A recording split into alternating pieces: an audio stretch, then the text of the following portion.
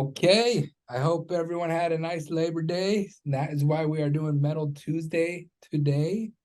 How you doing? Yes, sir. I'm doing good, man. Happy to happy to be back for a Monday on a Tuesday. Turn 2 days into one. Yes, sir. I enjoyed my time off. I enjoyed watching some football. But I'm also happy to be back, happy to get back to the grind, get some shit done around here. Let's talk about Ferris, man. It's our first one in September. So where's Ferris landing for people this month? I'm still trying to get the mills to commit, at least over here. I'm hearing some grumblings on the export side.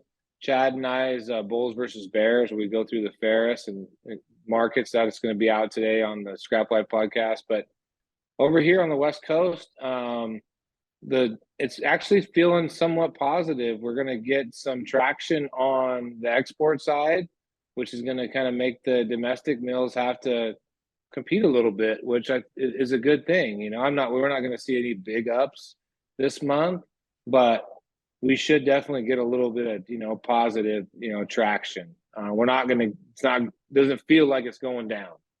So you're thinking 10-ish, 20-ish, somewhere in Yeah, I think there. depending on the grade, anywhere from 10 to 20 bucks.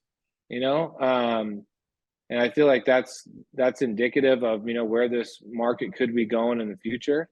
If everything plays out well, you're going to have some mills. Chad and I discussed there's a decent amount of mills out there that are going to go offline this month for maintenance and whatever else. So placing scrap regionally could be a little bit more challenging depending on your region. But over here in the Northwest, I feel like the sentiment's fairly positive, and a lot of that scrap flow. We talk about it all the time, but it's not like our scrap flow is amazing. So I've seen it worse. I've seen it better. So we're just kind of navigating through it like the rest of everybody else. Yeah, it seems like the flows are down, nationwide, at least people I've been talking to. Nothing real crazy in our area, no big projects, bringing a lot of stuff in. I mean, manufacturing is not awful. I've seen a lot worse on the flow there, but it's also not as crazy as we've seen it. So it's like it's just, real middle ground type stuff. And but up markets, September, and hopefully throughout the fourth quarter of 2023, like, maybe that'll push the hand of some people breaking loose of some scrap. So we'll see. Yep. Um, Really, we're not a whole lot of movement on copper, down a little bit today, down a penny and a half right now. But you're floating around that 382 to 385 range. Which copper had a fairly strong week last week to get it back to 385, and we'll see if it pushes harder. Yeah, aluminum was off this morning. Nickel's off a little bit. So oil's up another dollar and some change. Yeah. The dollar is strengthened up pretty good today as well as overnight, and so that definitely pushed on the PGMs. It pushed on some of your base metals. So it really right now, I think if we can get a good export market on the ferrous side, that's going to help. It's going to be interesting to see if the dollar continues to strengthen. That's going to put pressure on your base metals, but I don't know. I feel like there's still enough fairly positive sentiment in the fact that the economy is slowing down. There is no doubt, but which means the scrap flow is slowing down. So as long as the steel mills can maintain some order book demand and the export market is there, then maybe we're gonna see some positive momentum on the ferrous side. Very good. So, Brad, I want to change course real quick. You Shoot. got a football game tonight. You're coaching your boys. Yep. I know we're both fans of Deion Sanders. You got any Yep. thoughts on what Deion's doing over there and just in general? Because it's really like I watched a lot of college football this weekend. It's really got mixed. It's really pissing some people off and others it's not. And I think we could take this into not just football, but any parts of life and change in general.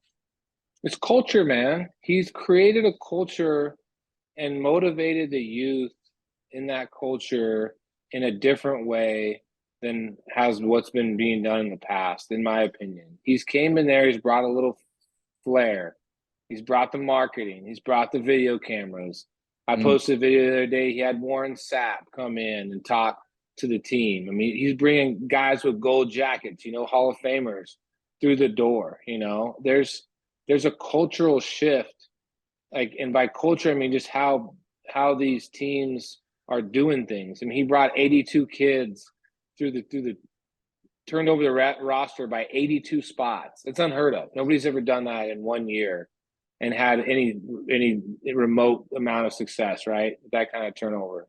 He's doing it in a way that I think shakes the core of like what traditionalists are doing or think about college football.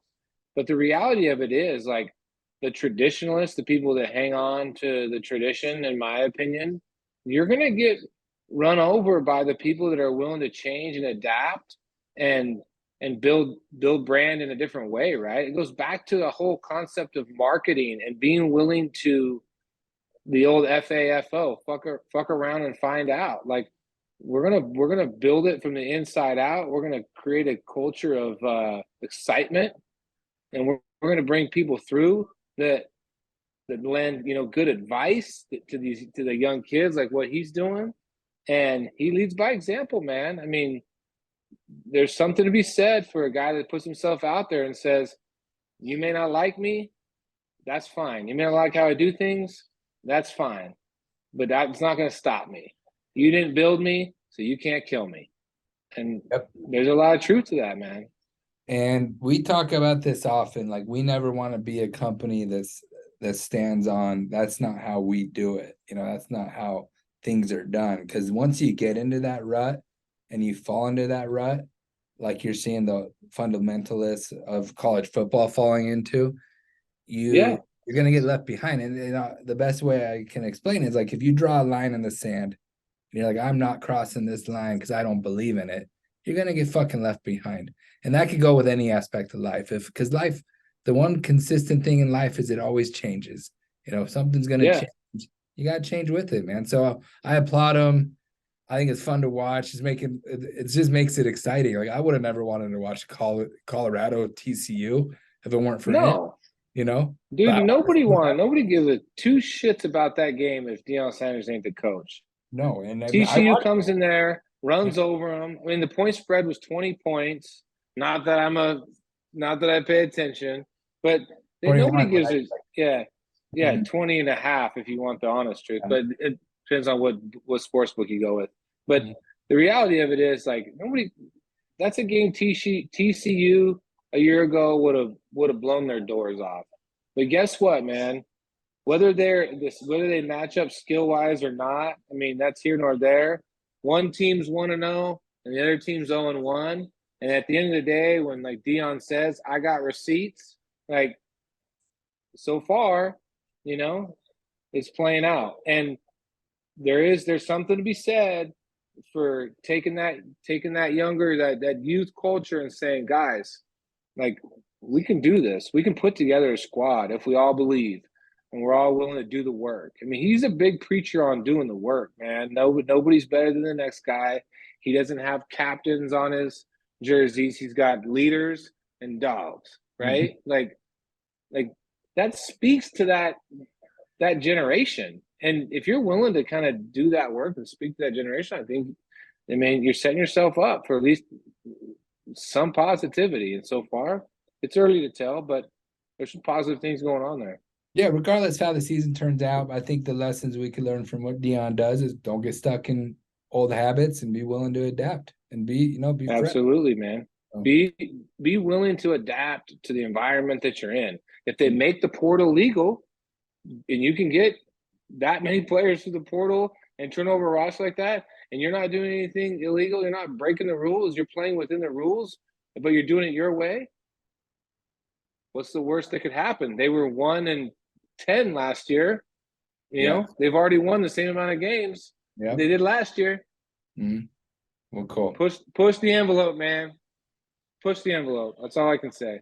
All right, to close it out, we got Scrap Expo next week, which means we will be traveling a good chunk of the day, Monday. So I Yeah. really want to do another Metal Tuesday at the Scrap Expo. So we're gonna be not doing one Monday. I'd like to do it Tuesday next week and get that to people from the expo. So Maybe we'll have a special guest. yeah, I'm sure we could find one. We'll find a special guest. Oh, There'll be a special guest. there'll be a special guest. I got a feeling. Yeah, we'll find one. If you want to do a podcast or anything, shoot us a message, you know, text us, however you want to do it. Okay. Yeah, we're bringing the gear. It's going to be a good time. So let's go. All right. Thanks, Brett. All right, man. Have a great day. Yep.